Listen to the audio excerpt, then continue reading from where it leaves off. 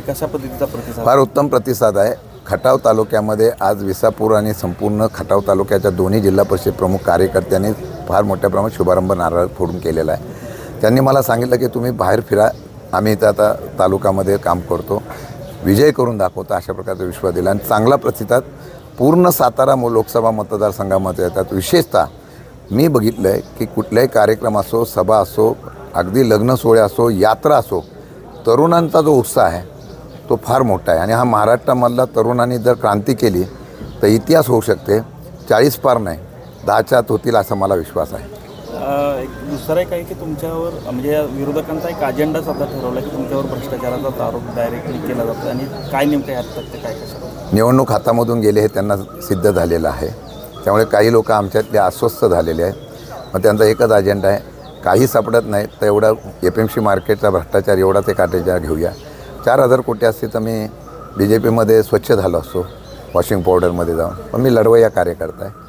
मी अगदी शपथपूर्वक पण त्या दिवशी सांगितलं, आजही सांगतो, असं कुठल्याही प्रकारचं नाही. फक्त हे राजकारणासाठी डॅमेज करण्यासाठी केलेलं हे इकडंच नाही आहे, सगळीकडे जे करतात ते माझ्यावर केलेलं आहे. त्यांना वाटलं की दबाव झाल्यानंतर माघार घेतील किंवा कुठेतरी शरण घेतील. मी कशालाही परिस्थितीला मागे हटणार नाही, कारण ज्या लोकांचं मी सेवा केली त्या लोकांना भवितव्यासाठी जर आमदार दिसत असेल तर त्याच्यासाठी लढलं पाहिजे या भूमिकेतून आहे. आरोप करणाऱ्यांनी आता काय करताय, पोलीस यंत्रणेचा वापर केला जातो आहे आणि 1-2 लोकांना आरोपी करायचं, अटक करायची, ज्यांचा काही संबंध नाही, ते कोर्टात टिकणार नाही, त्या लोकांना अटक करायची आणि मग TVवर किंवा बातम्या द्यायच्या की अशा करायचं आहे. त्यामुळे लोकांच्या मनामध्ये काही परिवर्तन होतं का, अशा प्रकारचा प्रयत्न आहे. पण लोक ही निवडणूक शशिकांत शिंदे म्हणून बघत नाही, ही निवडणूक महाराष्ट्रामध्ये आणि सगळीकडे सत्ता बदल करायच्या या दिशेने बघताय. शेवटचा प्रश्न आहे, APMCच्या शौचालय घोटाळ्या प्रकरणात एक संचालकांना अटक करण्यात आलेली आहे काल, संजय पानसरे. या प्रकरणात तुमच्याही म्हणजे कारवाईबाबत वाढ होऊ शकते का, अडचणीत वाढ होऊ शकते अशी? ते काही करू शकतात, मी त्याच्यावर बोलणार नाही. जोपर्यंत कारवाई होत नाही, काय होत नाही, तोपर्यंत मी काय बोलणं बरोबर नाही. परंतु ते गेल्या 3 वेळा ह्या अशा इन्क्वायरी झालेल्या आहेत. तिन्ही इन्क्वायरीमध्ये काही सबमिट झालेलं नाही. कोर्टात त्यांनी स्वतःहून सगळं सबमिट सरकारने केलेलं आहे, त्याच्यात काही नाही, तरीसुद्धा सारखं काढायचं झालं आहे आणि त्याप्रमाणे ते काढण्याचा प्रयत्न करतात. शेवटी लढणं हा आमचं कर्तव्य आहे. मला वाटतं की कारवाई केली तर त्याला समोर पुढं जाऊ. आम्ही काय त्यामध्ये लगेच मी माघार उमेदवारी घेतो, मग मी आपला प्रचार सोडतो, असलं काय होणार नाही.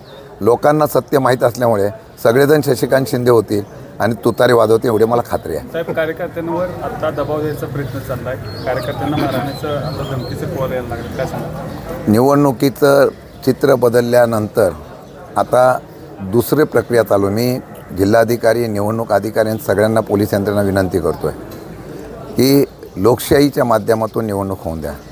कालही माझ्या जिल्हाप्रमुख जे आहेत शिवसेनेचे नेते आहेत, जिल्हाप्रमुख म्हणजे नेते, त्यांनासुद्धा भाषण केलं म्हणून लगेच फोन केला, धमक्या दिल्या, हातपाय तोडायची भाषा केलेली आहे. काही लोकांना फोन करतायत, काही लोकांना दम देत आहेत. परंतु या पद्धतीने होऊ नये अशी माझी इच्छा आहे. नाही तर मलासुद्धा त्यांच्या न्यायासाठी, त्यांच्या संरक्षणासाठी मलासुद्धा आंदोलन करून रस्त्यावर उतरावं लागेल.